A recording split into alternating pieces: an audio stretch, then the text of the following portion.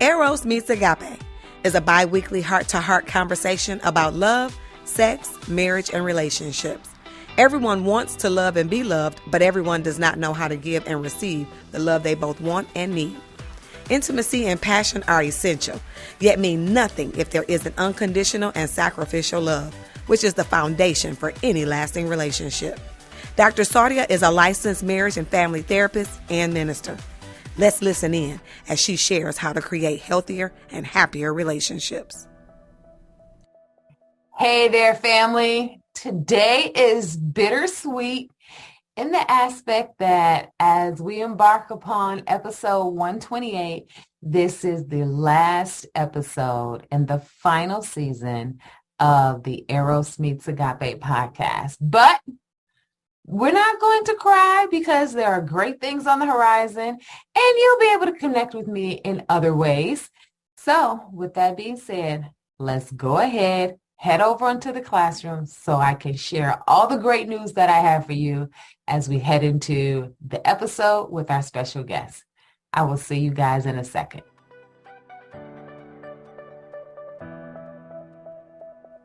All right, guys, so that's right. You heard it here from me. It is our last episode. So we are closing out 2022 with the 128th episode of the podcast. I never in a million years imagined me doing a podcast. Then when I started to do a podcast, as I've told some of you before, I was only going to do this for one season. And at the end of the first and second season, I kept telling my producer at the time, all right, that was a great one. We had a good time. I'm done. And she's like, no, that's not how we do things. You have to build up a following and an audience. And, you know, this is something that is for them. So you want to keep them here and be able to pour more into them. I didn't think that there was that much I could possibly say about love, sex, marriage, and relationships, but yet 5 seasons later, here we are. And it's funny because when I was talking to her about this, she said, Saudia, I know you. Have you prayed about it? And I said, no. So I was like, yeah, let me go ahead and humor her. Yeah, let me go ahead and pray. And sure enough, the Lord said, you can end the podcast at the end of the 5th season. Why am I sharing that with you? Well, I can only imagine that if the Lord directed me to end the podcast at the 5th season, then he knew in advance what things were going to be on the horizon for both you and me. And he is, in my opinion, setting us all up so that we could be prepared when, well, really what people say, luck meets opportunity. I feel that is just some malarkey, if that's a proper word to say. That's bull. There's no such thing as luck meeting opportunity. It's what we call being prepared as you walk into your destiny so that when you get there, you aren't scrambling around, but you have what it takes because you've done the necessary legwork prior to. So I can only hope and pray that there are great things on the horizon. You know, your girl signed up for being a therapist on, what's that reality show called? It's not Love is Blind. Oh gosh, I can't even think. That's so sad. I'm not even thinking of the name of it, you all. What is the name again? Well, basically it's an experiment. And I said, they need someone on here to talk about attachment because that's what most of these people are experiencing. They just need a little help in that area. Nevertheless, they weren't hiring. I just signed up for it anyway, pretending as if I was signing up to be a couple on the show, a person on the show that's trying to become a couple. But no, I feel that out like they were hiring for a therapist, you all. Nevertheless, all that to say, I have enjoyed these 5 years, and I'm not trying to bore you all, but I've been sharing with you that there are some great things to come as we close out of here and segue into another area. I'm not dropping off the face of the earth. I'm just going into different areas. So what does that really mean and look like? Well, for starters, I have a weekly text that I send anyone who signs up. So if you are interested in receiving a text that you'll get from yours truly weekly about all things love, sex, marriage, and relationship, whether it's support, resources, tools, or tips, then sign up, guys. I want more of you signing up so that I can stay connected to you as well as continue to pour into you. That being said, if you want to join that weekly text, then I want you to text the following number, 877-7-LOVE-07. Again, that's 877-7-LOVE-07. For anyone that is single, you're going to get a separate text than what I send out to couples or those that are in a relationship and married. Singles, you would text that same number, but the key word to text is no dessert, and that is all together one word, NODESSERT. And for those, like I said, that are dating in a relationship or married, you are going to text the word date night, and that's a special spelling, and that's spelled DATENITE. So you will text date night or no dessert to that number, 877-7-LOVE-07. And like I said, I'll send you a weekly text talking about everything with regard to love, dating, relationship, and it will come in the form of support, encouragement, resources, tools, and tips. So I hope you sign up. I really think it is helping people from what they share when they respond back to me. I read your messages, guys. I just can't reply to them all. So I would love to have more of you to be able to join with us, okay? All right, so the next thing I want to share with you all, because I want everybody participating, because if you're coming here, then that means there's something about your relationship that is current or your prior relationship or you're hoping for your next relationship that you want greater insight, wisdom, knowledge, education, tools, tips, and resources. So there's no better way to do that than to sign up for my challenge. Yes. So I'll be giving an annual challenge. I have what I call the Baywatch Challenge, and I have the Connect 4 Challenge. All right, so this is going to be an annual challenge, and the kickoff is going to begin this January, and it's going to be the week of January 15th through the 21st. Now, the 15th is a special day for me because the 15th is my birthday. Woot woot! So with that being said, I am going to host the challenge for this year, starting on the 15th of January 2023. It's like I said, it's going to be an annual challenge. And like I said, there is no better way to kick off an annual challenge than to do it on my birthday. Now, there are two types of challenges. One for those that are single, and then other challenge is for those that are in a relationship or married. The single challenge is called Baywatch. So years ago in college, I used to be a lifeguard. What do? We save lives for people that are drowning. So I thought that was kind of a fit name because nowadays we call our boo Bay, right? Short for babe or baby, right? So in this Baywatch challenge, we're really preparing ourselves to be on the lookout for Bay. Not that we're saving Bay or not that Bay is saving us, but we're really helping, or should I say helpers of one another. You know, lifeguards work together for the greater good of the public, and we show up with our skills to be able to assist others. So the greatest thing about this Baywatch challenge, you're going to show up with your skills to help yourself, but you're also going to deposit those skills to your friends that may be struggling. You can have them to sign up too, or you could just be a blessing to them by sharing with them what you learned. So in this Baywatch challenge, it is really just for anyone who really wants to date wiser and to be able to, like I said, be in a position to attract emotionally available partners, because that's where most people struggle. They want to be heard, they want to be understood, and they want to be emotionally fulfilled in their relationship. The only way you're going to accomplish that is to have an emotionally available partner, and you have to be able to spot them out. So join the Baywatch Challenge if you're single and you want some tips, tools, and resources in order to date wiser in 2023 so you can have an emotionally available partner. For those that are in a relationship or married and things are great, but you want things to be even better, or things are all right and you want them to be good, then I want you to join with the Connect 4 Challenge. Now, when I was growing up, if you all haven't caught on, I love games, okay? And I love my younger life. Not that I'm trying to go back, in time. No, it was a great time and I love where I am now. But I do like games. So everything is always game centered because I just think it's a great way to remember things as well as to be able to reflect on good times. So with that being said, I say that a lot. With that being said, I have to work on that. but there's the Connect 4 challenge. The Connect 4 challenge will help you to develop 4 crucial keys in creating a stronger and more intimate connection with Bae. So if you want to have things to get even better in your relationship with Bae, then I want you to join the Connect 4 challenge, because it is going to provide you, like I said, with those 4 crucial keys that will help you to develop a closer connection, greater intimacy, which is emotional intimacy and closeness with Bae.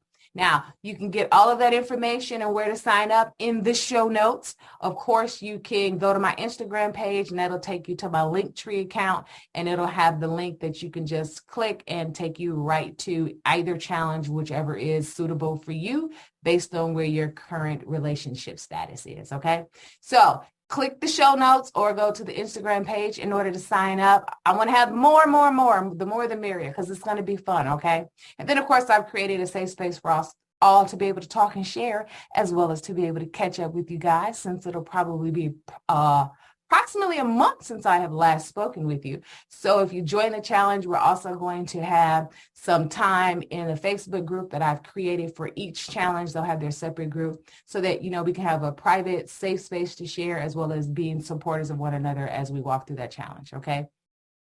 All right, guys. Now, you'll probably want to say, why is she doing this at the beginning of the show? She's summarized nothing yet. But I want to keep in touch with you. So that's why I want to give you these tidbits right now, okay? Now, I told you that 2023, I had some great things in store. So I'm getting out more. The world is open. And, not that the world wasn't open when I started the podcast, but it did shut down for a little bit. Now that we have our momentum back up and we are out in the world and we're enjoying life and we're kind of getting acclimated to the new version of the new normal, this is what I love to do. I love to pour into couples. And since I won't be in this platform doing so, I have found other platforms to be able to do that, whether that's speaking at an organization or with a sorority or even in a church or at various workshops, trainings, and things like that. I love to help couples as well as individuals to really experience happier and healthier relationships. And so that's what I'm going to do more of in the new year. So keep on the lookout, because, guys, you will see me on the move. And, of course, I'll be sharing about it in my blog, that if you haven't signed up, click the show notes and you'll get information on how you can do that so you can stay abreast of what's going on, or you can just follow me on social media and I will share details there. Now, I also told you that I'm doing some other things. So let me share with you the app that is in development. It is called what else other than Date Night. The Date Night app, I like to spell date night a different way. So it's date and then night, N-I-T-E. But I'm in the process of really getting this thing up and running. Shout out to Wayne State University and TechTown. Great partnership. I was blessed with, let's just say, a wonderful grant that allowed me to start the first phase of the app. And we're in the development. We've gotten some feedback. So we're in the final tweaking stage so I can move to the phase 2 of the app development. It's really going to help people who really are in the process of not just having a wonderful date night, but sort of like your wingman. It's that, it's not a person in your pocket. It's me in your pocket, but at your fingertips, really giving you insight and, information and tools that you need to connect more emotionally as well as relationally with another person. Remember, everyone didn't grow up with love in their household, so it's difficult and challenging to be able to figure out the best, healthiest way to do that so that you can create a long-lasting relationship. And we don't have classes about it in college, so generally what I don't learn at home, I can go learn at school, but we don't have that. So you had me, trusty Dr. Sadia here, creating this app to help you to really be able to have a healthier relationship, giving you things that you can do with someone that you're dating to help you to connect more, or to see if this person is the right person for you, to know what to look out for. And then as well, having those that are actually in a relationship and married to be able to come even closer together, because intimacy is a constant connection. So you have to make certain that you are constantly working at it. And I'm here to kind of throw some bugs in your ear to kind of get you going, to give you some creative juices and some things that you can do to spice things up or to keep things fresh in your relationship. All those things will be tailored in the first phase of the Date Night app. And like I said, that's just the first phase. So once that gets going, we'll be able to head into the other two phases, which I know people are going to love. But first, we have to accomplish phase one. So stay tuned because it's soon to come. And you know you'll hear about it from me in my blog or on social media. And one other thing to share with you, last October, we had the first annual Ladies Black and Bling event. That was wonderful. We held that during what we identify as Sweetest Day weekend here in Southeast Michigan. And we will have a couples event. Now, I know I shared with you guys that I was going to have a February event for Valentine's Day, right? But I'm going to be honest. In order for me to do an event how I love to do an event, which is how I know to do an event, because I used to be an event planner back in my former world before counseling. But it costs money, guys, in order to have things to bring you an experience that isn't just memorable in a good way, but really can help you to build stronger connections and to be able to keep some type of lasting coaching elements with you. Cost a little bit of money. So Dr. Saudia has to acquire some sponsorships in order to bring you the best experience. Because I don't just want to throw something at you. I want to do something, but I want to make certain that it's special and it's done right. And the only way I can accomplish that is right now getting me some more sponsors. So be on the lookout for my couples event. Stay in the know either through the text that I send out or the weekly blog, or following me on social media so that you can join us for our couples events. And also, I'm going to start a mini couples retreat. Before it gets big, right, going off someplace real swanky and fancy, we're going to start fresh local here in Southeast Michigan. And I'm going to do a mini couples retreat because there's some things that you can really do that, I'm going to be honest, it would be great if we go to counseling for some things, but not every couple needs counseling. Most couples just need ways to connect or to get over that little bump in their relationship that seems to be repeating arguments. And they're just little things that we can do to keep things going, to keep the intimacy going. But I'm going to tell you about attachment so that you can learn how to do that in a way that can also strengthen your relationship. So I am going to have a mini couples retreat. And while I'm sharing that with you, it's related to attachment. So I want you to be on the lookout for the Attachment University website. So yes, we have the podcast here that's available on the Eros Meets Agape website. But, all year, I have literally been working hard in order to get things ready for you guys for 2023 as we segue out of the podcast into doing new stuff. And the way that we were able to design that is with attachmentuniversity.com. That is where we will house the podcasts that are archived. You're able to get information on where I might be speaking or challenges that we have going on or retreats that we're doing or events that may be coming up. All of that along with the book and other workbooks that you can gain access to so that you can have information at your fingertips, because that's what it's all about. It's really about helping you to be able to, my tagline, experience the most and best from love, thus being able to give and receive the love you both want and need. So in order to do that, I wanted to house everything in one location so you didn't have to go over here for this and then click over there for that. No, I really wanted to make certain that everything was housed together so that no matter what need you have, it's all located in Attachment University. Because again, I love teaching about relationships and making them happier and healthier. And I do it from an attachment base. And everything that I do has some type of attachment element because I want you to definitely have a memorable experience in your relationship, but I want that experience to be healthy and happy. And I want that to shift if it is not. So finally, be on the lookout for attachmentuniversity.com, because that's where you'll have all the information on what's going on, what's available, and what resources that you can have. Okay. So guys, I think we're ready. Let's go ahead and dive in, because now it's time to talk about what we're dealing with today. And today's episode is appropriately titled Attachment University. Might sound like a weird name for a final episode, but I think it's a great name simply because it allows us to be in a position to, how can I say this? Segue out of the podcast, which had a foundation in attachment, and then segue into attachmentuniversity.com, which is all things attachment related. Today, I'm going to bring back a former guest. Some of you who have listened to previous episodes in seasons 2 and 3 have heard about Silas and his journey and quest to find love.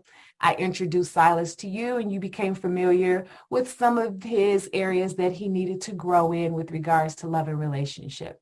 Now, Silas has experienced some struggles that he shared with us about love and relationships, and he decided to take on a live coaching experience with me and you here on the podcast. And he was able to share that, and I was able to work with him on those episodes. And you really saw the real deal, how people may want to do something, how they're engaged, how they may be up for the challenge. And then along the way, when it gets a little rough and rocky, or when we're just simply tired and don't feel like working on a certain thing anymore, doesn't mean that we didn't want it or we weren't invested. It means, I'm tired or life happened, and that isn't necessarily my top priority anymore, even though it is still a priority. Silas was working with all of that. And you were able to see it as well as experience it. And now Silas, as we know him, because that's not his real name, Silas has overcome a lot of things, and he identifies with avoidant attachment, but he has grown, guys. He has learned some wonderful skills. And so Silas had originally wanted to love, but even though he struggled with his capacity to be able to reach out for that love, I was able to coach him through it and working with him on his journey. And now we're going to catch up with Silas and his lovely fiance, and to give you a taste of what it is like to work with someone who works from an attachment-based style, such as myself, and showing you areas that you have that are great for how you love, and then areas that are growth opportunities to shape your love and how you give love better and healthier. So that being said, we're going to dive into the show with Silas and his fiance. And I've told you about attachmentuniversity.com. I'm not here selling you stuff. It might sound like it, but I want resources available to you if you feel that you want and need them. And I'm just giving you an example of what that looks like in some kind of capacity that's not formal or official, but in the same sense, showing you what can happen when you allow yourself to open up, to heal from past hurts, and to grow in love in your capacity to love. You'll become like Silas. You may have had some struggles in the beginning, but then not only did you find love, but you created a healthy love, and you're able to see the fruits of that hard work and labor. So without further ado, let's now bring in our special guest, Silas. Everyone, I finally have before me Blair. You all may know him as Silas, but today is the day he's going to reveal his true self as he shares his journey as Silas, and as well as his journey in meeting the love of his life, Moanisha. So I want you all to meet Blair, and we'll tell you about his journey. Welcome to the show, you both. How are you today? Oh, so good to see you again, Sadie. It's been too long. I'm doing great. So, all right, I almost don't know where to start because I'm so excited about this love thing here that you all have. I don't know if I want to start there, if I want to talk about actual Silas's journey. So I actually just might bounce back and forth. So how about we do this? Why don't you share the first, well, let me do a recap. In the episodes in seasons 2 and seasons 3, Silas came to us. You were so wonderful in being open to actually say, hey, you know what? I'm going to change up what I'm doing when it comes to dating and love. And you allowed me to be able to coach you on some things.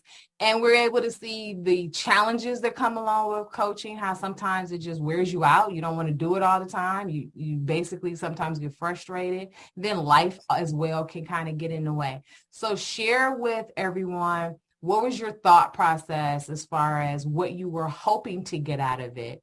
And then we'll kind of pick up from there. Sure.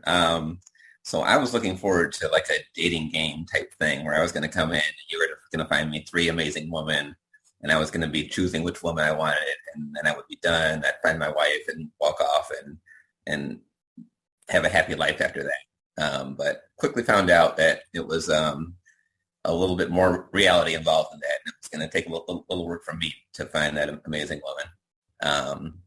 So it was working on myself a lot. It was figuring out what I was doing wrong. It was getting me to kind of take some chances and putting myself out there. So I learned all sorts of things that I didn't know I was going to need to learn to actually get myself ready to meet the amazing woman that's sitting right next to me right now. Okay. What do you think out of all the struggles, what was the biggest one to overcome? I think putting myself out there and being willing to take chances were probably two huge ones on my list. I wasn't, I think a lot of it was kind of not wanting to be hurt and not wanting to be vulnerable like that. So it kind of put up a little bit more of a wall around myself and not let too many people inside. Okay, guys, you all couldn't see this, but the entire time that Blair was talking, his fiance, Monaisha, is literally just beaming with light and just watching him like, oh, my babe. I'm telling you, I wish you all could see this. But just in hearing what he is saying, what did you get from what he just answered with regard to that question?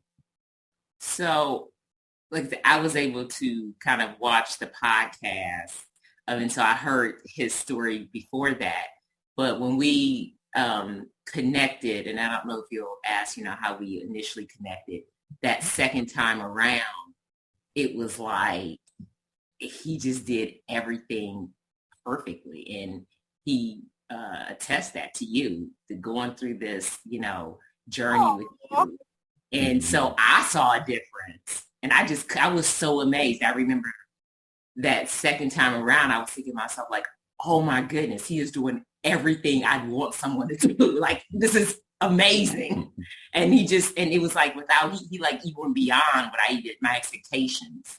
So let me explain, Sandy. I know we're supposed to ask her questions, but I gotta just kind of volunteer. No, you're fine. Go ahead. Good. So the second time around, the first time around was before I actually got to kind of sit down with you, and the two of us met through a dating app. We were both on Bumble at the time. Okay. And met on there. We had a couple of great conversations. I thought that I was doing pretty good, but I was laid back, and I think I let a day go. I was getting too caught up in my little work projects or something, and maybe let 2 days go, and then tried to reach out to her again, and she was gone. Oh. That was it. She was mad. So when you say she was gone, Monaisha, were you gone from the app and you weren't using it anymore? Or I don't know how Bumble works. Did you disconnect from him? What happened? She ghosted me. She was I wasn't stepping up like I should have and being there like I should have. She took that as a bad early sign, and that was it. I remember waking up and looking at my phone. I had another funny little message that said to her, looked for her picture, and she was history. That was it. It was during the height of the pandemic. People were out here dying. The vaccine was not out yet. I had just gotten home. Meeting up people could have meant life or death. Mm-hmm. And I wasn't taking any chances with someone that was not going to be consistent, especially with me flying back to Michigan to take care of my elder mom. It just wasn't taking any chances. So, I was like unmatched.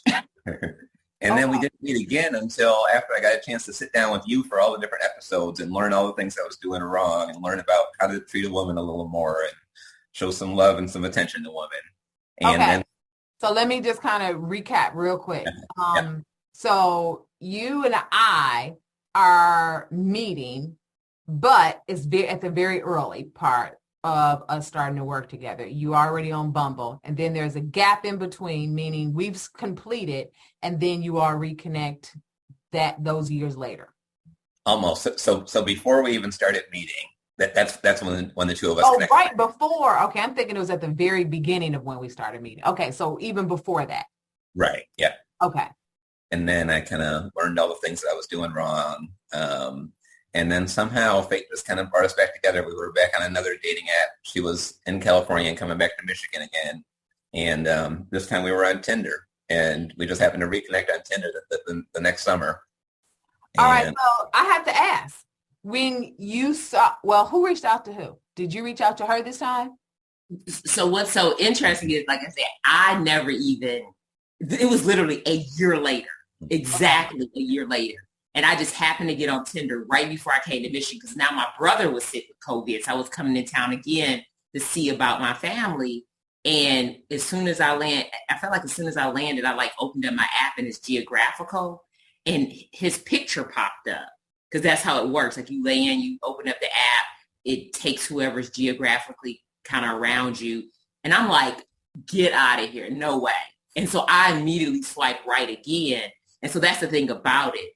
We don't really know, but I don't know how it works on Tinder, but I'm pretty sure I had already matched with her at first, and then she saw my picture and matched with me and realized who I was. And I think she realized she had changed her name and changed her pictures, so I didn't recognize her at first. It took me a little while before I actually realized I was talking to the same person that had disappeared on me the year before. Okay, so what made you hang in there this time, knowing that first round he was kind of slow? What made you say, okay, I'll try it again? He was my crush in college. I'd already known him 20 years before. Okay, so let's back up now. Wait a minute, guys. These people are playing with me. All right, let me back up. So here, when did you all really first meet one another? Was it in college in Michigan? We don't know if we actually met, and I'm a few years older, so by the time she came around, the only thing I was worried about at that point was getting out and starting my life. Okay. So I think I probably had a little bit of a reputation on campus from the fraternity stuff and whatever else. I was slightly legendary for a couple of years at Michigan. So I think legendary. I don't need a hype man. I am him. Okay. All right. So you originally cross paths in school, then reconnect briefly on Bumble, but you didn't have your stuff together at the moment.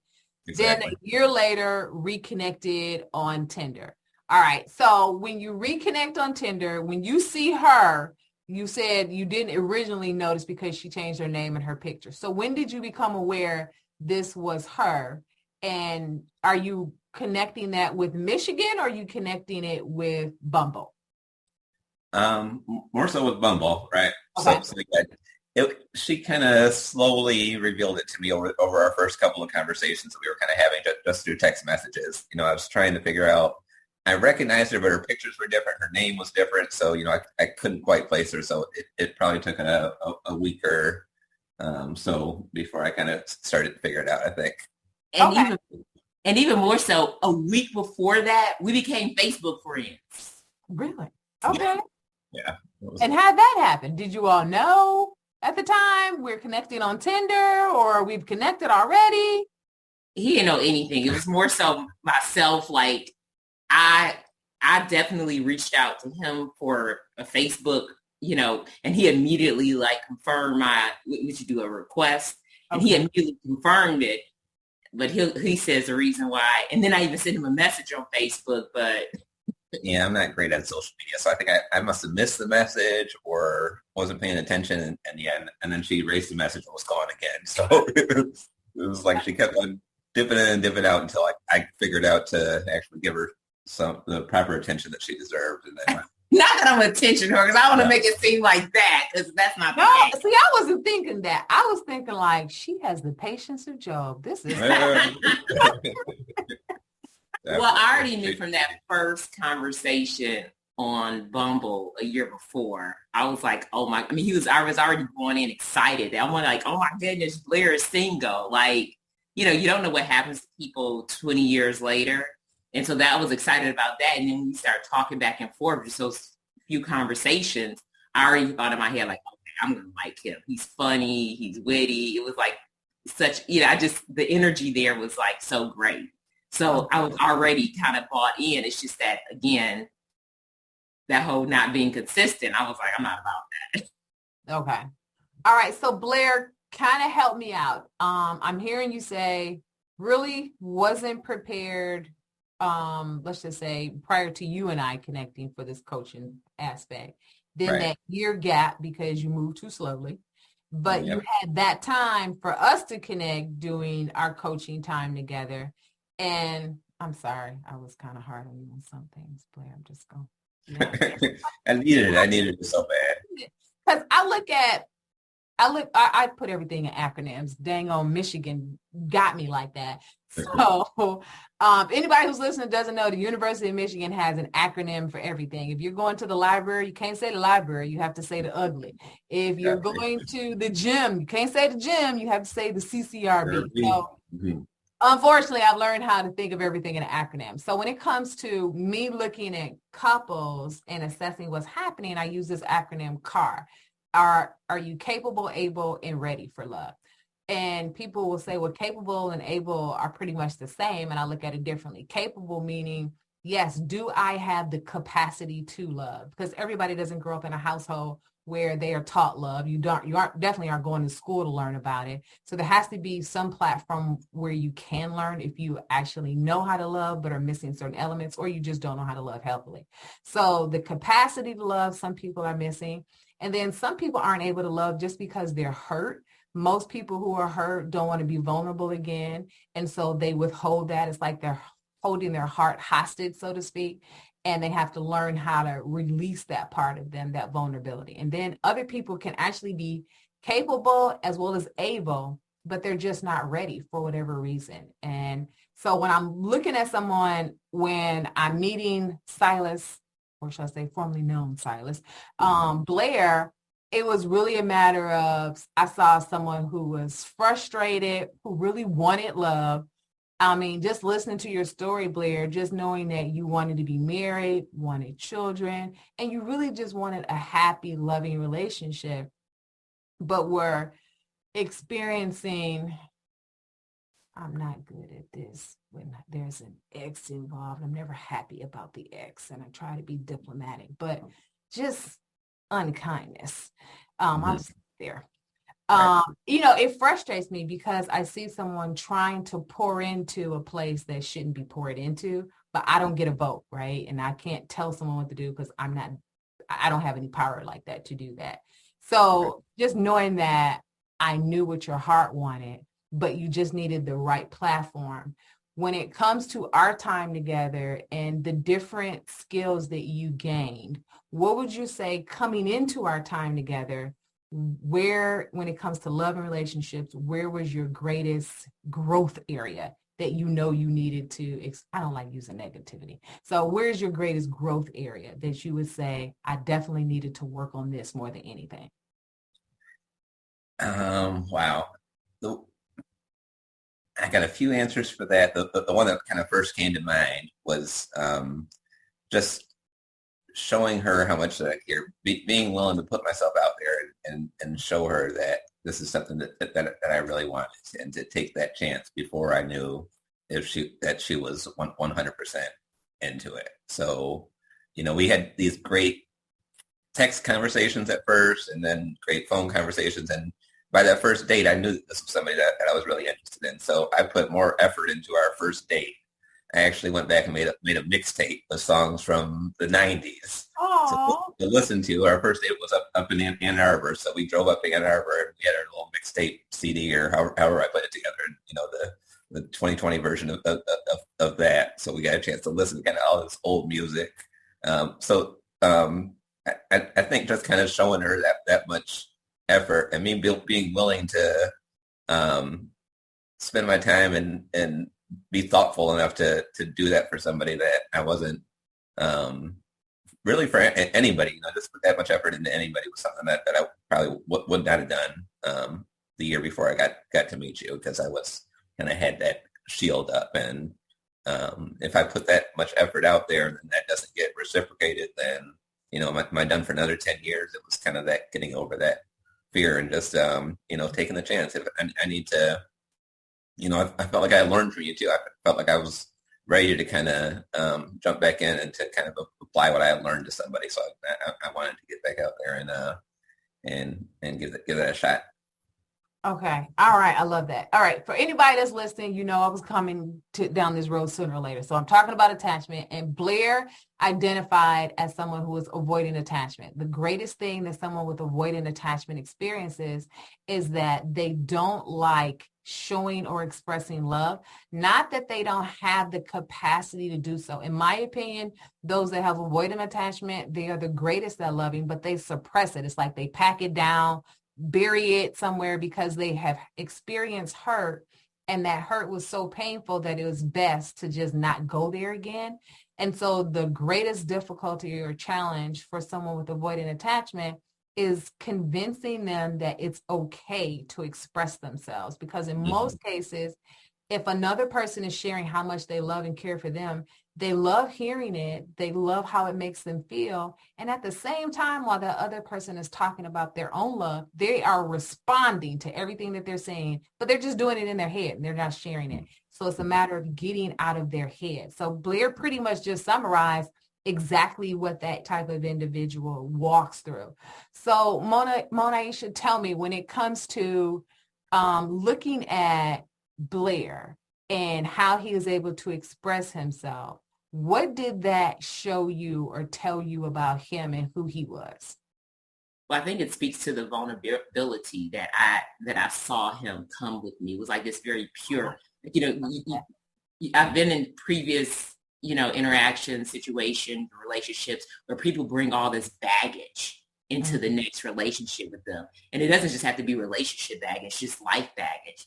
And I still to this day tell my friends and my family, like, Blair didn't come with any baggage, I felt. Oh, it was just so beautiful. Baggage free. And I think part of that was because, like what he just said, I mean, he allowed himself to be vulnerable. He allowed himself to put himself out there like that. And I felt that. I received that because I was open to doing it myself. I don't know how to act any other way. So to meet finally someone that was willing to do the same thing, I knew it was just like that magic. Okay, I love that. So Blair, what is the greatest thing that she's taught you about love? I learn from her all the time. She's so open and so honest with me, and just such a supporting factor, so accepting of me. Things that I would try and hide about myself, maybe in other relationships or just kind of in life in general. I don't have to hide in anything. I can fully kind of just be myself. I was, I do kind of nerdy stuff for work. I'm doing like the augmented reality, the virtual reality stuff. So, I may have tried to maybe a little too nerdy to show to some of my friends, but, I'm walking around with my augmented reality helmet on, tapping the air and looking crazy. And I kind of glance over and look at her, and she's looking at me like I just scored 50 points in a basketball game, and like I'm the greatest thing out here. And it's just like, wow, it's like I didn't need to hide any of this. I can just kind of be myself, and she loves me for being me. So just the fact that I can be me and be myself and be appreciated for it is pretty special. Oh, that's a wonderful place. And again, you all can't see this, but the way that they are just beaming with love with each other. And I'm going to be honest, y'all, you probably can't see it now, but I have to stop my little crying because my little eyes are watering. I get so emotional when I'm talking to people where, I'm able to see the things that they've overcome and how they get to a place where they're really able to find love and find that person that is for them. Okay, I got to stop because I'm getting ready to start getting so work on this. But I'm just so happy for you guys in the aspect that not just that you found each other, because there's a lot of people that do that and then they lose one another. And I watch you all on social media. Not that you're there a lot, but I live vicariously through you. But I'm able to see that you all really seem well connected to one another. What did you all do to build that strength in this relationship? I think it goes back. I mean, I will say that Blair is probably the first person. I mean, this relationship is just different from any other relationship I've ever been in. And I'm happy for that. I'm happy it stands above the rest. And I think part of it is the fact that we can be our total unapologetic selves to each other, to be able to be in a space where you can just be you and live. Even when in the very beginning, when I was trying to not be someone else, but maybe not put all my cards on the table, like he probably mentioned to you, I slowly was rolling things out. Right before he asked for my mom's hand in marriage, we had this conversation in the kitchen, and he was like, we almost in the beginning, I didn't know because you're trying to like kind of dumb yourself down. And I knew I was doing it, but I didn't, like in other relationships, I always seemed to be too much for a guy. And meaning too much, meaning too well accomplished. They thought maybe my career was more important, or, I had just these big, ideas, just typical stuff that I was always proud of in terms of education, career, travel, things I enjoy doing. But for other people, it made them feel insecure. And so I liked Blair so much that I wanted to make sure, and this was way in the beginning, I'm talking way in the beginning, it was, I wanted to make sure that didn't scare him off so fast. And and the thing about it was almost like the opposite, like me kind of trying to dim my light was turning him off. He didn't want me to dim my light. And so just really, truly being able to be my complete self with him, and him still, liking that and being there and loving me. I mean, that's just a game changer. Oh my gosh, you have just spoken a mouthful. You have no idea how many women that are very successful in their profession, highly educated, they struggle. I'm being honest. I mentioned this on another episode. I have found myself when people ask me, "What do you do?" I teach. I'm a professor. there's a difference, right? And the same thing, dumbing yourself down, and to have someone to see you in your light, and that light is not blinding to them, but it's attractive to them. That is phenomenal. When I'm working with women that are insecure, I always have them do this little exercise where I have them close their eyes. I ask them in advance, have you ever seen the Eiffel Tower? Just picture in your head. Or I'll ask them if they've seen the Vegas Strip. Have them close their eyes. I'm like, can you see it? And they're like, in my head. I'm like, turn around, move around, doing little things or whatever. And I'm like, if you don't realize this, those lights, they come on and they shine bright from where they are so that everybody from around can see them, near and far. People travel to see that light. And it may be annoying to people that live there, but for those that really appreciate its beauty, they are attracted to it. And I mean that as in whatever gift, skill you have that you are shining and flourishing in, the person that is for you will be attracted to that. They won't want you to dim that light. So for you to be able to see that in him, and him to be like, recognize who you are and be proud of that. And I support you in everything. That is phenomenal, because not every man can be secure in himself to be able to allow you to be your full self. Oh, I know. That's why it was like the fact that, we're having this conversation like probably 7, 8, I don't know, maybe like an 8, 9 months into it. And I'm happy I didn't stick with that. But, being so afraid of, okay, here comes another one that's going to, be too afraid when my light is shining too bright. Because when it happens to you over and over again, as you probably know, all of a sudden you start to look within like, wait, who's the problem?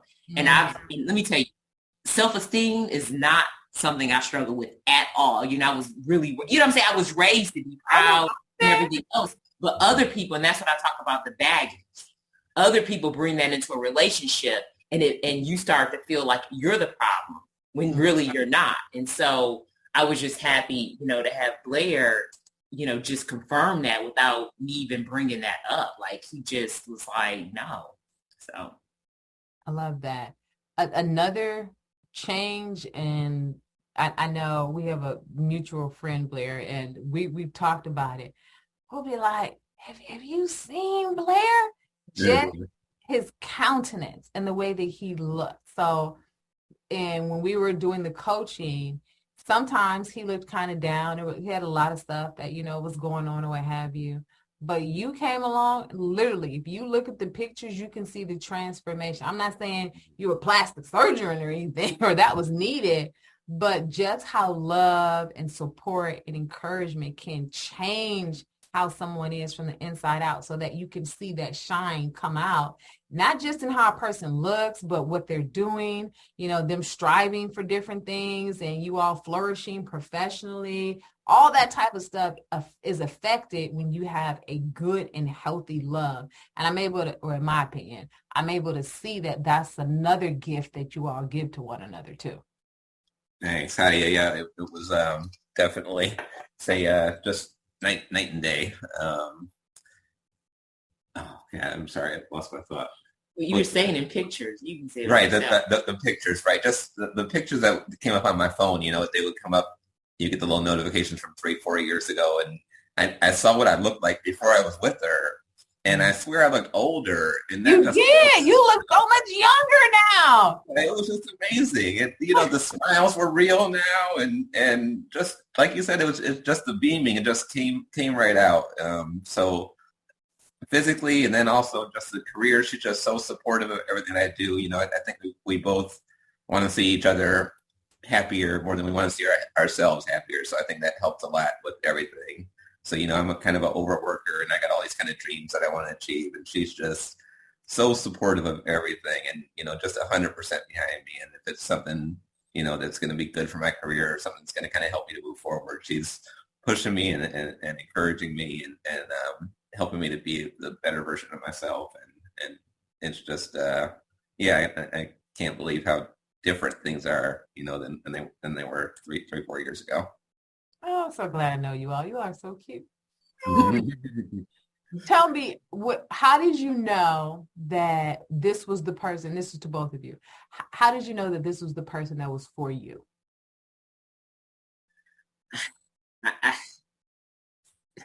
He didn't leave. No, no. I mean, a sense of peace that you can't buy peace. No, he is my peace. He is my peace. He's my home. He's my comfort. He's my haven. It's just, we are like inseparable and have spent, just an incredibly amount of just time in physical space together, and everything we do, we have fun. And so just having that peace, I never had to worry. I never had to worry about him causing me any type of pain. And, you kind of know that. I honestly did not believe in soulmates before I met him. But I know for sure he's my person. It just is so easy. It's so easy. Yeah, that's what they say. That's exactly what they say. That's where I was going to. The whole thing just felt so natural. You asked about like the work and stuff. It just, nothing's really felt like work. It's just been kind of moving along, moving in the right direction. Everything just felt right all along the way. And then, going from the daily phone conversations to all of a sudden I'm inviting her over every day, and I just like having her around better than not having her around. Kind of a little bit of a isolationist kind of person. I like my time to myself, but before I knew it, I was texting her, calling her, and asking her if she's coming over, and it was every night I was doing it. Just couldn't get enough, and still can't get enough. Do you think that you both grew as an individual as well as growing in how you love another person? For sure. Yeah, I don't think there's any question. I think we're still growing, and we're happy to grow together. I think I may have brought a little bit of that to the relationship too. Sometimes when we get a little older, people kind of get a little set in their ways, but I really never kind of believed in that. I think we can always kind of be better today and work towards whether it's in our personal lives or, how we're interacting with people or our work. And I think I kind of brought that a little to the relationship, and I think we've always tried to kind of work on that. And like I said, it's been a natural thing. It's not like we sit down and say, we need to work on this, this, and this. It's a little scary to me how little we fight. Like, I think you're supposed to have a couple of big blow-up fights before you're, getting married and sort of thing. But it's just so easy for us. We had a little fight at the wherever it was at the store the other day, and it was she wanted the gold decorations for Christmas, and I wanted the silver ones. And I was like, oh my God, this stuff never happens. It's like we have an actual dispute here. Isn't that a nice problem to have? Arguing with your fiance over which color scheme for Christmas? Like, who am I talking to? I can't believe she like gold. And I can't believe he wanted silver. That's But cute. besides that, we do pretty good though. But he brings up a really great point in terms of honestly went into the relationship thinking you can't change a person because that's what people try and do. And not that I was trying to change him at all. He definitely needs changing. But it was certain things that like I just figured, oh, you can't, teach a seasoned person kind of new tricks. People are set in their ways. And if I bring anything up, I don't care how small, it's like, okay, I thought it was going to be like, I mean, this is really silly, but remember like the cups down or up, or just how the refrigerator, I like things like very organized and neat in the refrigerator. And so it was just like, he was like, okay. Like, it was just like no big deal. And I know that's small, but like, I'm definitely more about the details of things. And he's probably more big picture. So. Well, that's a good fit though. Right. It works. I mean, it helps you, if you think about a relationship, you're strengthening one another. So having the same skills, gifts, strengths is not really the best because it kind of weakens you, leaving something exposed. So for you to look at the details and that's not his thing, you're able to see the fine print, so to speak. Whereas when he sees the big picture, he's able to see further along. So together, that helps you all to be able to see a complete picture. So that's really a great thing to have. Mm-hmm. So tell me, okay, you mentioned that you listened to the podcast. What did you think of Blair looking back on it while you're listening? What did you think of Blair prior to actually meeting and dating him compared to who you have now? That's a good question. So yeah, I listened to the podcast. It was funny because I'm a binger and he's completely not to talk about opposites. So when he told me he did this podcast, I'm like, where? But and at first I think we started listening together. So I think every time we got in the car, he thought we listened to a little piece of it. Okay. But like the next time we got in the car, he was going to put it on. I was like, well, I'm done. I'm not looking at questions now. The whole series. The whole series. I was like, I stayed up on it. I was like, I need to, I wanted to know more, about him and see who this previous person was and everything. And so I will say that I think it sounded like he had things kind of like very lined out. I remember he had some deadlines that he seemed to be like, yeah, by this time. And I think for us, like he mentioned beforehand, it was more so just natural because you do get in relationships where people just want to check the box, right? Mm-hmm. And for the podcast, and this is another thing he said at the podcast that I was like really afraid about. He was like, I get bored easily. And I'm like, well, what does that mean? You get bored easily? Are you bored with me in like 3 months or 6 months? So those are probably the two biggest things that kind of stood out in terms of like, what does that mean? He gets bored and hoping that would be the case with me. And then just those kind of like deadlines he had for himself. And if he was the type of person that was going to be like, yo, if it's not by this date, then forget about it.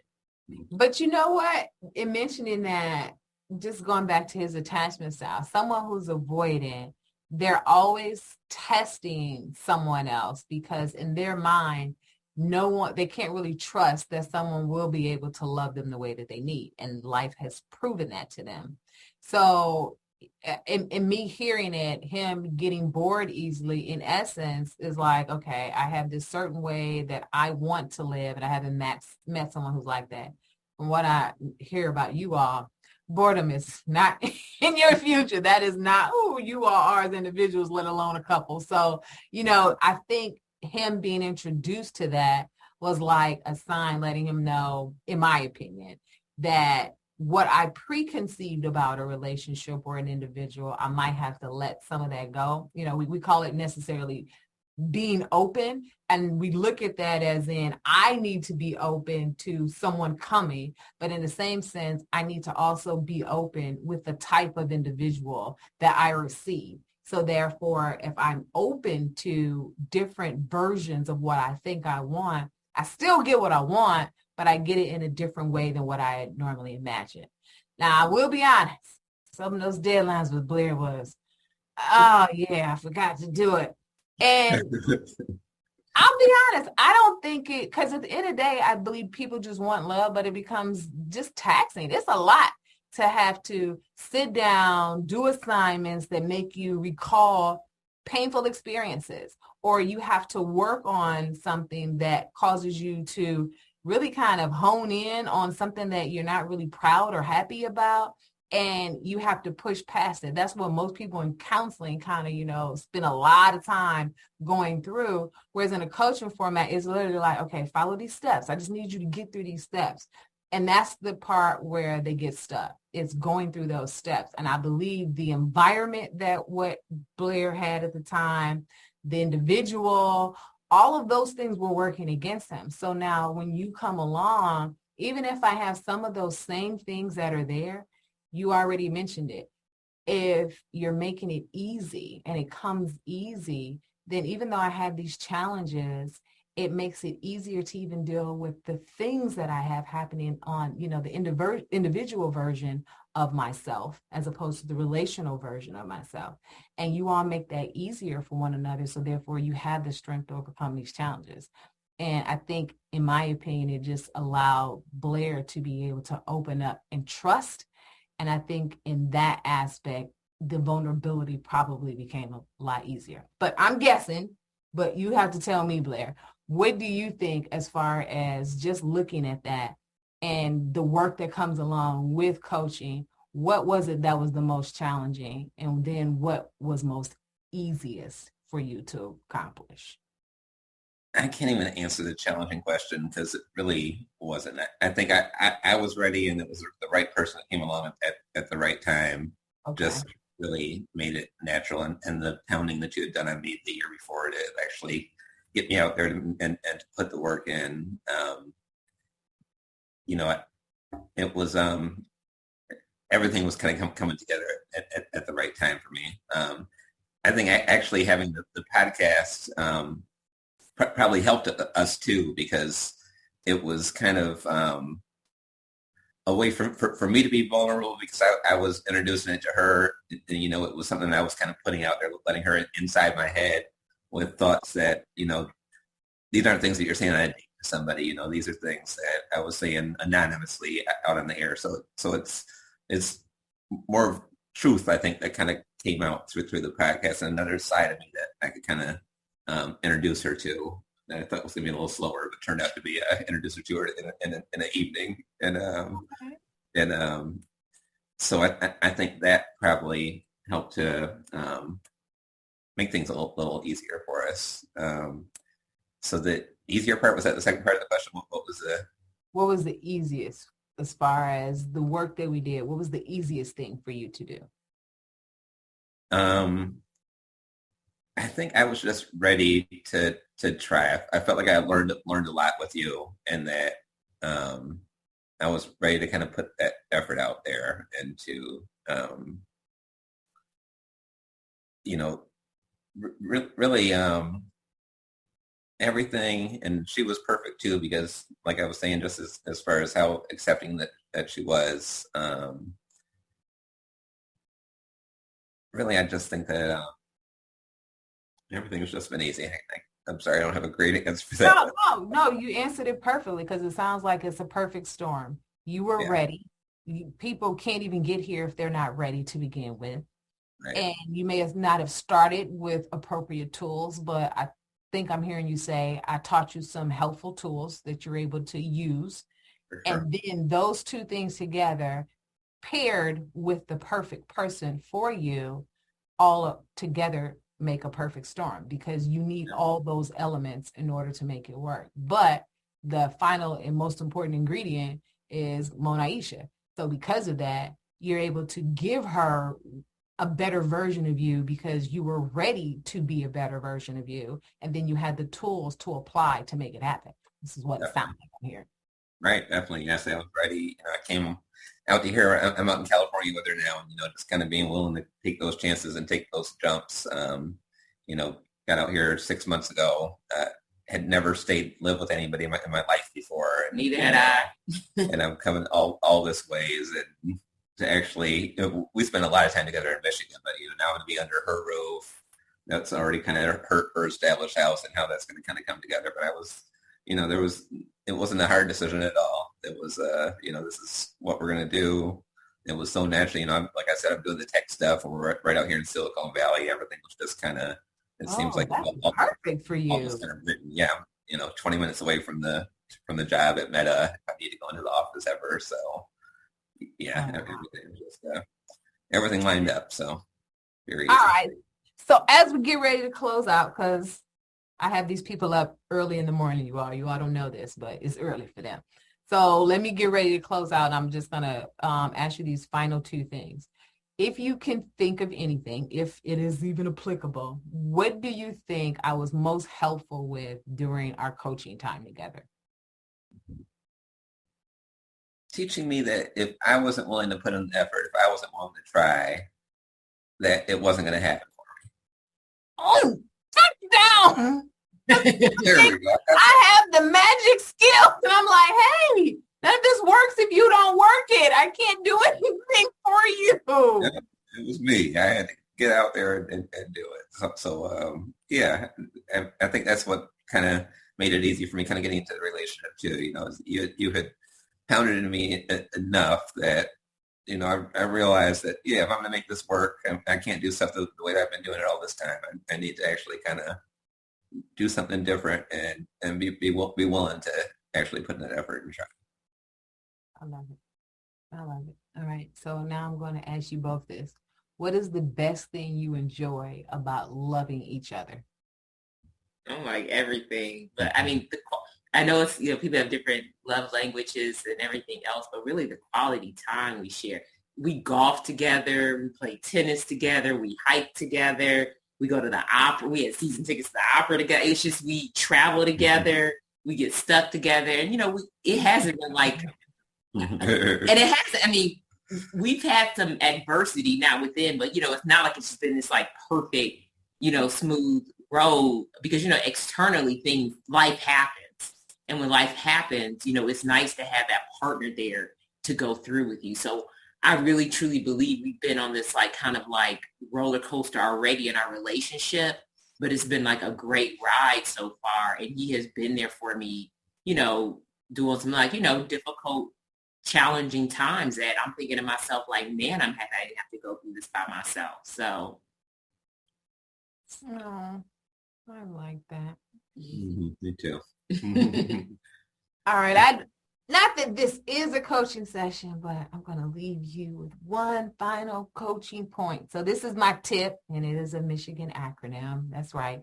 So thoughtful, intentional, and playful. One thing that I heard you all just summarize is that with doing everything together, your communication is strong. The three biggest relationship killers for couples are money, sex, and communication. When it comes to a relationship, it's that friendship that really is the bond that is really, like I should say better, the blueprint for how you all interact. And it sounds like that quality time has allowed you all to really get to know one another, to allow the other person to be themselves, and using that as your base for how you come together. Because you're still individuals while you are shaping your relationship, and you're allowing that other person to still be themselves while you form this relationship. Those three things, money, sex, and communication, that can be a problem is literally a result because I'm allowing how I'm seeing the world to negatively impact how we're seeing the world.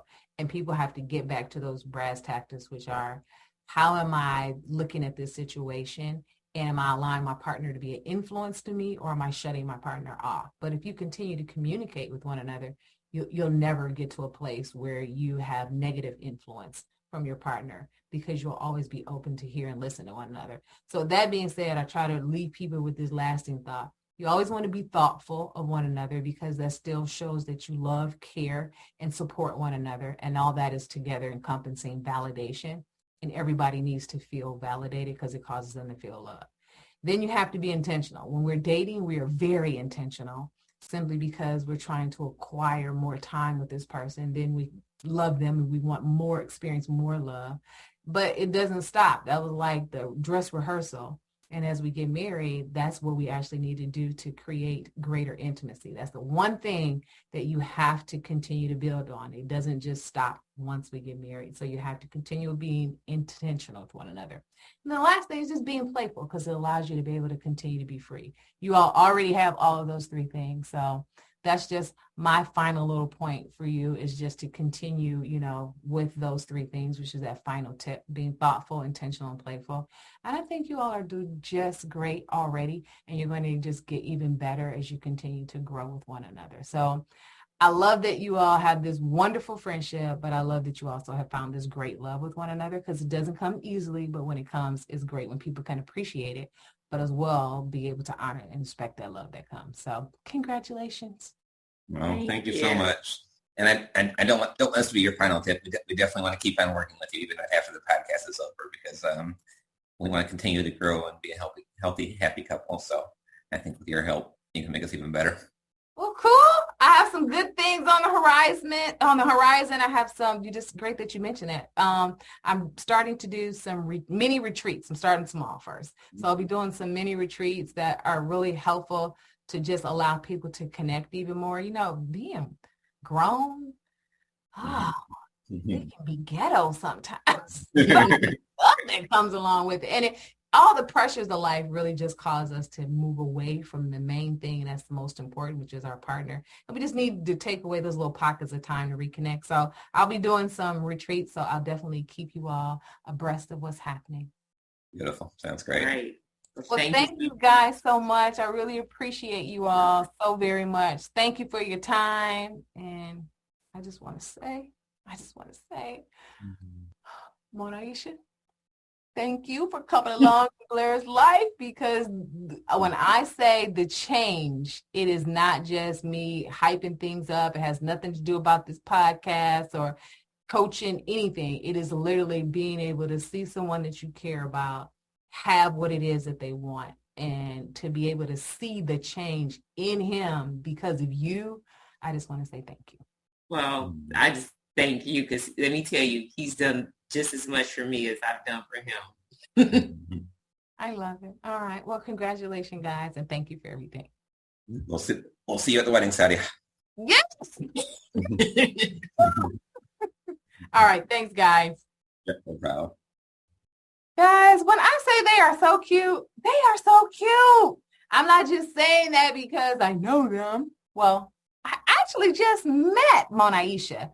So, but I love her. She is so sweet. She is so nice. That's a really cute couple.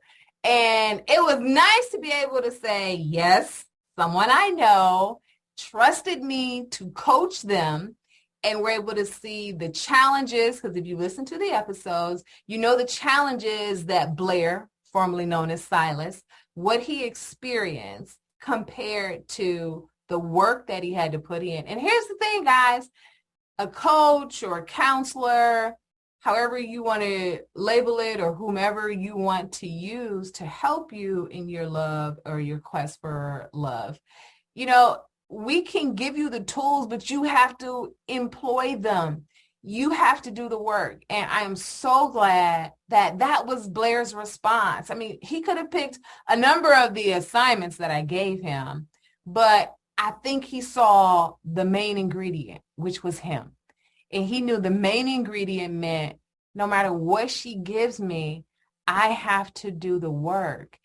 And when I'm working with a couple, sometimes there's always that one person that gives up. Or if I'm working with the individual, along the way, they stop. I get it. It's hard. I totally get it. I have been in these shoes before. I know what it was like to have my heart broken and you thinking, I will never, ever overcome this. It looks so difficult. It looks as if you are climbing Mount Everest and you are going to die along the way, let alone make it to the pinnacle and reach the top to achieve the thing that you were trying to achieve.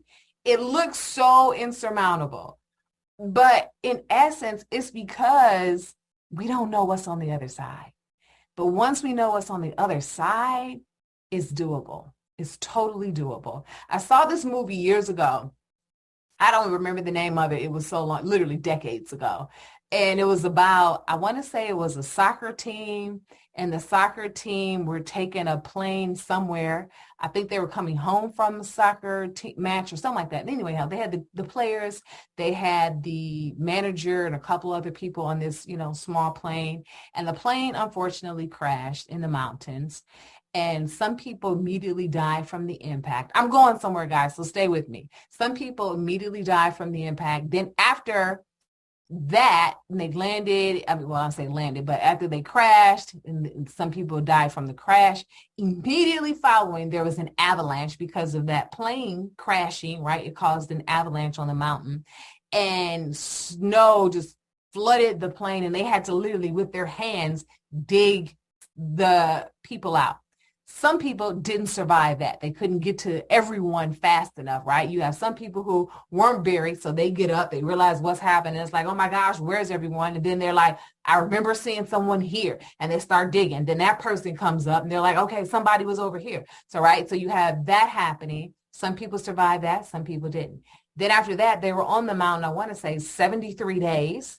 And they're figuring out, how do we eat? How do we survive? It's some challenging things happening. I'm not going to get into all of that. But they finally made a decision, and they said, no one is coming for us. We will die here if we stay. I have to climb this mountain. And the pinnacle of the movie was they sent the strongest person that, was physically fit, as well as mentally strong, as well as physically strong in the aspect. They were challenged with what they could eat, but they sent that person. They gave them the most to eat to keep them going, because they didn't know how far they had to go, but they knew he had to make it to the top of this mountain, get on the other side, and keep going in order to send help, because otherwise they weren't going to make it. When this man got to the top of the mountain, literally, he looked from where he had came from, and it was just snow, ice, cold temperatures. And as he stood on the top of the mountain, on the other side, total green pastures. Sun is shining. Couldn't see the sun on the other side because the clouds were blocking it. Now, I don't know how on one side or how much distance is at the top of this mountain where the skies clear up, but he saw a farmer and was able to get to the farmer and go back to get everyone help. But my point is, when he climbed the mountain, on the other side of the mountain was nothing but green pastures and sunshine and warm temperatures. My point in saying all of that, when we're going through in a way that hurts our heart, or we're overcoming a challenge, a breakup, dissolution of a marriage, just challenges in our relationships, and we shut down, we close off our heart, and it's a disservice to us. It requires us to have to do more work. Whether that person is missing us or not, they have moved on with their lives. We have to do the same. We can't just survive this life. We need to thrive in it. And in order to thrive, I'm not saying that love in a romantic sense has to be for everyone. But I do believe that we were meant to be relational. It's the reason why people don't like solitary confinement in prison. We weren't meant to be by ourselves. Scripture even says that. Man, it's not good for man to be alone. I will make him a helpmeet. So someone is crafted and created for us. And I'm not saying it's like Adam and Eve, where there's only one person, right? Your soulmate can come in different persons, and whom you choose to connect with. If you all have the right tools, your heart is open, you can make it work. And we're able to see with Blair and his fiance, Monaisha, we were able to see when you have that perfect storm. I'm ready to open up to someone, and then I have the tools to really love healthily, and I have the right person who also has those same two things, then together it's a perfect storm that we're able to see. I'm able to overcome any prior relational challenge I have had, because all of that has helped me to be able to know what to do, to be able to know how to overcome. And then I know that, hey, there's something on the other side of this mountain that if I just keep climbing, I don't stop and I don't get stuck and I don't give up on myself or I don't give up on my partner, then guess what can happen? I am able to experience the best and most from love. People, I'm saying all that to say, I talk about attachment all the time, and Blair was a great example of someone who has avoidant attachment that decided to let go of the hurt and not hold his heart hostage anymore, because he knew, if I want to acquire love, I'm going to have to keep moving forward to see what's on the other side of this mountain. The mountain that I currently stand on as I climb is hurt and pain, disappointment. Whereas if I keep climbing and moving forward, as Blair put it, if I do the work, seeing what's on the other side of this mountain can prove to be to my benefit. And it was, because he has this lovely bride to be. So when we do the work, guys, and we hang in there, let's just be honest. Blair wasn't always able or ready to do the work, but that didn't mean that he gave up. It meant that he put a pause, he put a pin on it. And it's okay to do that. It's okay to, not go all the way through, right? So let me give you an example of what that looks like. It means. So when I was in high school, I went to a really good high school in the area, I had a lot of competition as far as people that were smart. It was a high school for people that were smart. So because of that, a lot of people, got scholarships. I didn't get a scholarship. So I go to college, pick my college, I go. My parents couldn't afford it. I had to come home after my freshman year. I sat out 1.5 years because the bill had to be paid. And I didn't help my parents pay the bill, but I started saving up to have money for school while they paid off that bill. My dad paid it off, right? All this time, 1.5 years, I'm not in school. I took a break. But my friends, the only people that I knew were people that went to college. My friends went to college. They're off at college. They're doing their work in school, where it looks like I put a pin in my life, or it looks like I gave up. But it was really, I just put a pin in that. But then I went to an area school. But my mind is, nope, I'm going to Michigan. That's what I'm doing. I had it in my mind, this isn't going to end here. I'm going to go to college. I'm going to finish school. And I started small, taking a few classes locally so I could build up my GPA and I could transfer to this school. And what happened? I did exactly that.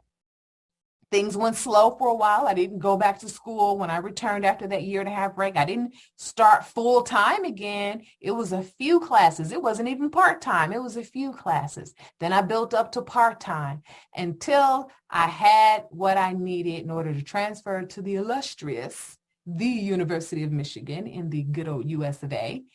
And after that, I only had 2 years of school to go, and I went to class with full credits, which means I'm going to school full time, graduated in those 2 years. Now I'm really 1.5 years behind, right? Because I sat out. But nope, I wanted to get a master's degree, went on ahead and did that. But then guess what? After I did that, I had my 2 degrees and I went to work. And then I worked for a number of years. I worked probably over 15 years before I went back to school again, got another master's, did it part-time, then went to school to get a doctorate degree. But guess what? Did that full-time. What am I saying? It has nothing to do with school and degrees. It has everything to do with I started, then I stopped. I started back up again, but I needed to gain momentum. And I was going slow at first, but then I gained my momentum and I went faster. Then I ended it. And I stopped. And then I came back in again, was going slow, then went fast, and then kept my way steady all the way through to where I needed to be. Same concept is and can be applied to a relationship as well as our quest for love. Not a quest for a relationship, because that's not really what we are on the quest for. We're really on a quest to have and experience great and healthy, long-lasting love. I told you already, we were designed for love. We were designed to be relational. So it's nothing wrong if that's what you want. There's nothing wrong for you to pursue the quest for love if that's what your heart desires. God has a plan for you, and there are a number of individuals that could help you to achieve that. It's just a matter of you selecting the one that is right for you, but also having that person to come into your presence and space with a desire to want the exact same thing, healthy, long-lasting love, and then possessing the skills or working with you to learn those necessary skills. Because remember, when you have secure or unsecure attachment, you can teach someone how to love healthily. You don't need to be a counselor or a coach in order to teach someone how to love. I've told you all a number of times, my best friend grew up in an environment that had no real form of healthy love outside of her grandmother. But that was the only example she needed, because it left a deposit, and that deposit is still giving life today, because she's been happily married for well over 20 years. Happy, loving relationship. Is it perfect? Absolutely not. But it is healthy, long-lasting love, because they are committed to one another. They are still thoughtful, intentional, and playful towards one another. The exact same tip that I gave our lovely couple, Blair and Mona Aisha. It's the same thing that they're applying. It's the same thing that I tell clients today and that I'll tell them tomorrow. But my point in all of that is there is no such thing as a perfect relationship. Every relationship has its troubles. And that's because each individual, we have our own little things that we're dealing with, because we as individuals are not perfect. But all in all, you just have to keep pushing forward. Love is out there and available for you if you so desire. But just like Blair said, you have to be ready, willing to do the work. Are you ready and willing to do the work? Everything that I talk about is attachment related. And as I move over to Attachment University, right, and my retreats that are upcoming, my challenges, I'm not here to promote stuff so that, I can use you all to go to some other platform. My heart lies with everyone having and experience the best love that they can possibly have. It's the reason why my tagline is, I'm Dr. Sadia, helping you to give and receive the love you both want and need. It's not because I'm trying to push something onto you all. And if it appears as that way, I'm sorry, but it's literally because I want you all to have the tools. And I know that not everyone can grow up in a household where there is love or be taught about love. You definitely aren't getting that as a major in college. So where are we going to learn it? Not everyone can afford counseling. But at the same time, not everyone wants to put in the long months, hours that it takes to learn that in a space such as counseling. But you can do it via coaching or someone who is a coach that can teach you these tools and resources from a coaching aspect. And that's what Eros Meets Agape has been all about, is taking everything that I've learned in a counseling format, repackaging that same skill set in a coaching format here on this platform so that I can present to you various topics and conversations and guests that can help us to harness our ability to love stronger and healthier so that we can have longer lasting and happier relationships. That's what it's all about. So everything moving forward as you migrate over, that's right, migrate over to attachmentuniversity.com, you guys, because everything that is there is specifically crafted for the people that are coming, that have a quest for love, but have gotten stifled in that quest, or, have had challenging experiences that they are trying to overcome, and they just need the tools and resources to do so. So it doesn't matter if you're divorced or have ended a relationship or if you're even a coach or a counselor yourself and you want to learn more about attachment, or if you're a mom and you're trying to help your child to regulate their emotions and to teach them secure or earn secure attachment, all of those things and more. The events that I do is to connect people together. The Ladies Black and Bling event was to help you to bond with your friendships. It's not just all about love and romantic love. It's about love in general, and it comes in its various forms. So, guys, it has been an absolute pleasure. But before I close out, you know what I'm going to do. I'm going to now share my like it, love it, leave it tips, okay? So let's take our temperature from today's show with my special guest, Blair, and his lovely fiance, Monaisha. We were able to really harness in on a lot of good stuff. And I know it seemed like I was a little bit all over the place, but it's my last episode. I'm emotional. Then just hearing about their love story, that just allows me to be able to end on the very high note. So I had a lot of things going on in my head, but when I look at what I liked, I really liked the fact that as I looked at how he, meaning Silas or Blair, how he came into coaching, I liked that I was able to see this transformation. Meaning him as an individual, how he saw himself, how he saw other people that were not being genuine with him, and allowing himself to be strong enough to move forward and harness what he had learned in our coaching time together and harness that for who and what was to come next. And we're able to see the results of that. His who is his lovely bride to be, and what was to come next. We heard that he was able to even have more with his life as a result of her being brought into his life, and then being able to be himself and professionally having grown and expanded there. So I like the fact that when we really allow ourselves to love, it opens us up to so much more. It is a gift that continuously gives back to us in various ways and platforms. Now, what did I love? That's really plain and simple and very easy. I love their love. When people are really honest, one great thing that I can honestly say is that I have the ability to really be able to see love between people. And it was very evident, not just in them just looking at one another and gazing at one another with such intense, love, but hearing it, being able to see the connecting elements. And I just love their love because to me, it is very genuine. It is very real. You're able to see the results of it. Everything that happens that is good or bad, that is a deposit, you're able to see the fruit from it. So if someone has love to give you, you should be able to see fruit of that love. It should be changing you positively in some kind of way. And if it's not, something's not right. And you need to do an inventory because something's not right. All right. And what would I leave out?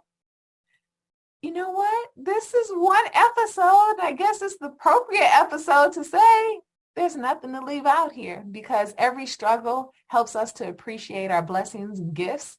And every gift and blessing that we have, it's a result of having been shaped previously by all of our struggles and challenges. And I think that Blair was able to see that his past shaped him, taught him to form himself in order to be the person that he needed and wanted to be, but also prepared him for the woman of his life that was going to be in his life. And all of that together, as I stated earlier, was a perfect storm. So what would I leave out? Absolutely nothing, because the bad worked out for him because it helped to shape who he is, which prepared him for who he is to be with Monaisha. And there's nothing to leave out there. I know it's the first, right? Well, I guess it's appropriate since it's the final episode. All right. So guys, I want you all to experience greater love in 2023. So please sign up for my Baywatch or my Connect 4 challenge. It doesn't matter what relationship status, either challenge will work for you. If you're single, of course, it would be the Baywatch challenge. Even if you're single and dating, it's still going to be the Baywatch challenge because you're not in a committed relationship. But anyone who's in a committed relationship or married, you're going to join, hopefully, the Connect 4 challenge. All the information is in our show notes, or you can follow me on social media with the link for that. Okay. I guess this is it. I hope to see you all in Attachment University or some of my retreats that are coming up for my couples. And then, of course, our annual Ladies Black and Bling event. We'll be having it again this year in 2023.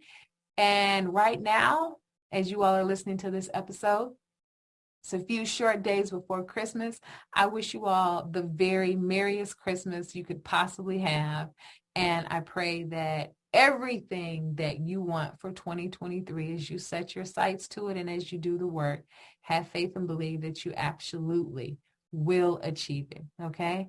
And you know what I'm going to say? It's not going to necessarily say I'll see you next time. But as I sign off on this podcast, I'm never out of your lives, because you know me.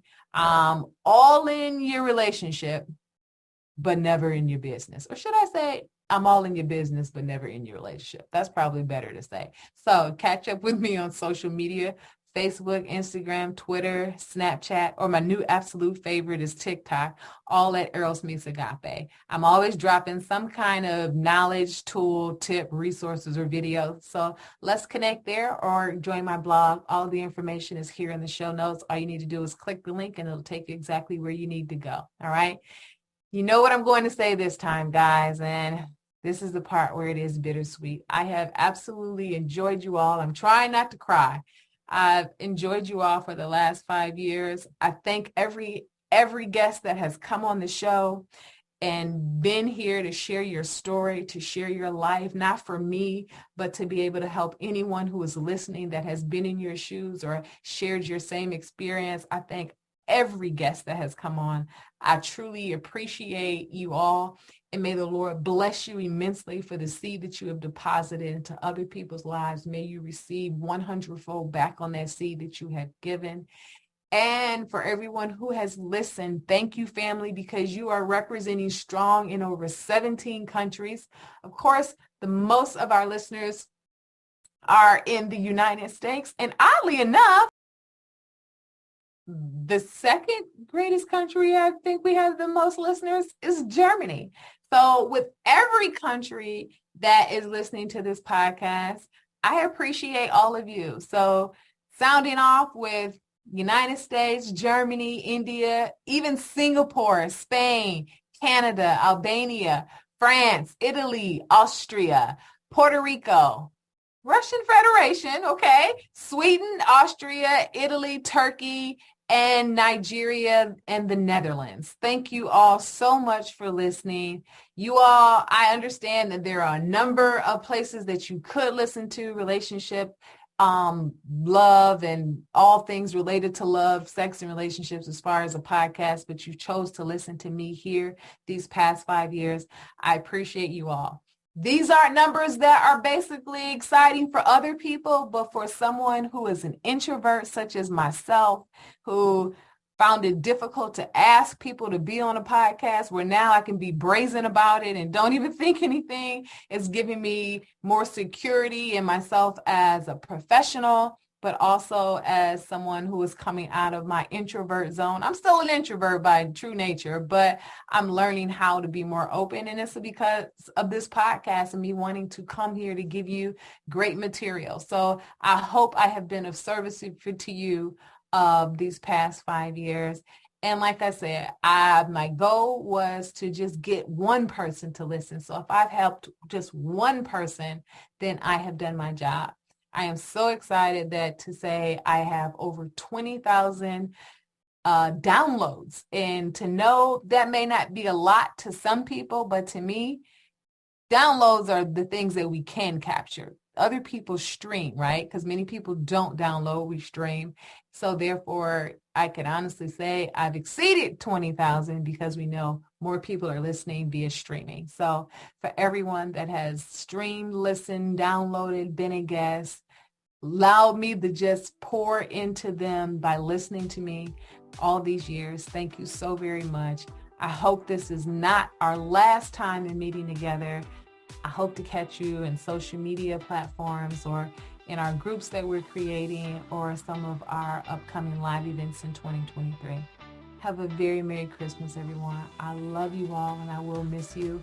Be blessed in the new year and beyond. And for the final time, this is me, Dr. Sadia. hoping you are able to give and receive the love you both want and need. Not me helping you, but hoping that you have the tools to do so. I want you all to experience the best and most from life and love, and I hope I have helped you to be able to do that over these years. God bless you all. I love you. Bye-bye.